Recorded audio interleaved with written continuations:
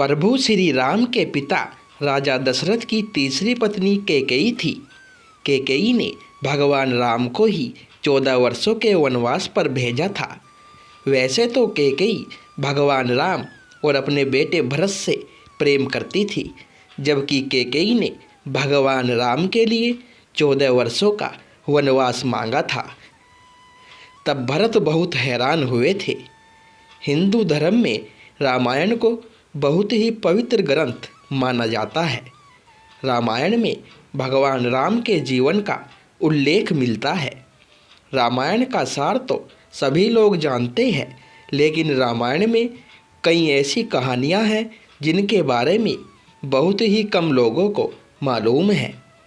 इन्हीं कहानियों में से एक कहानी है राजा दशरथ की पत्नी कैकेयी को वरदान मिलने से जुड़ी।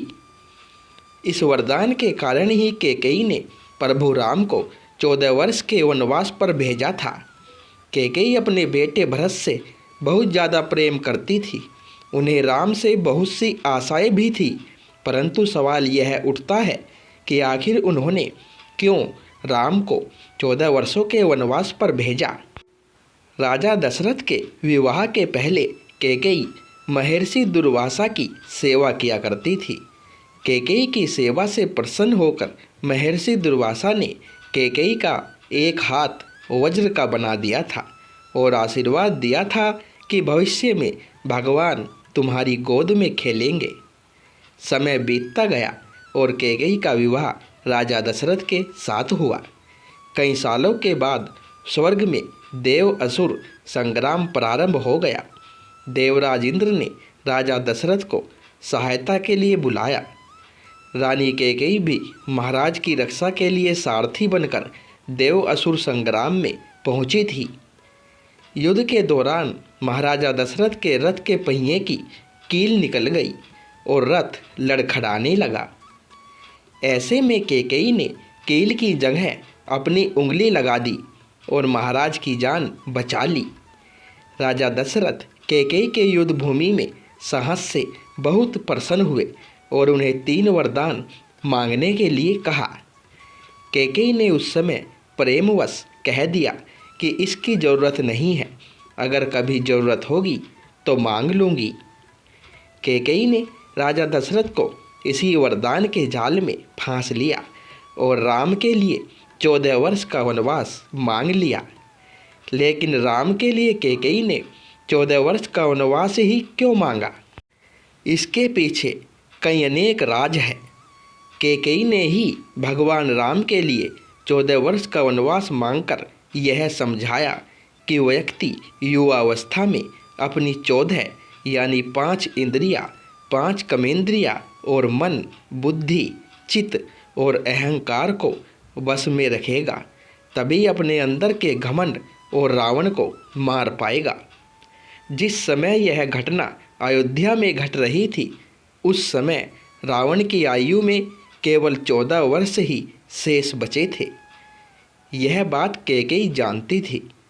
यह घटना तो अयोध्या में घट रही थी, लेकिन इसकी योजना देवलोक में बनी थी। कैकेयी को राम पर भरोसा था, लेकिन दशरथ को नहीं, क्योंकि वह राम के साथ पुत्र मोह में बंधे हुए थे। भगवान राम श्री हरि विष्णु के अवतार थे। यह सारी योजना उन्हीं की बनाई हुई थी।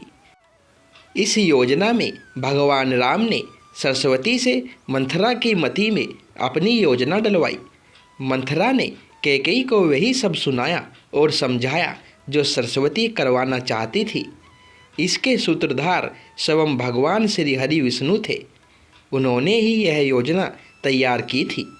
कैकेयी यह जानती थी कि यदि राम अयोध्या के राजा बन गए तो रावण का वध नहीं होगा। इसके लिए वन में तप करना जरूरी था। कैकेयी चाहती थी कि राम केवल अयोध्या के ही सम्राट ना बने रह जाए, वह विश्व के समस्त प्राणियों के हृदय के सम्राट बने। इसके लिए राम को अपनी समस्त शोषित इंद्रियों, अंतःकरण को तप के द्वारा सिद्ध करना होगा। रामायण और महाभारत दोनों में ही 14 वर्ष के वनवास की बात सामने आती है।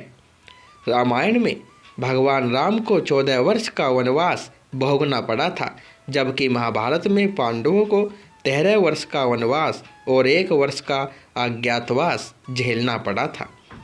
इसके पीछे ग्रह गोचर भी मायने रखते हैं।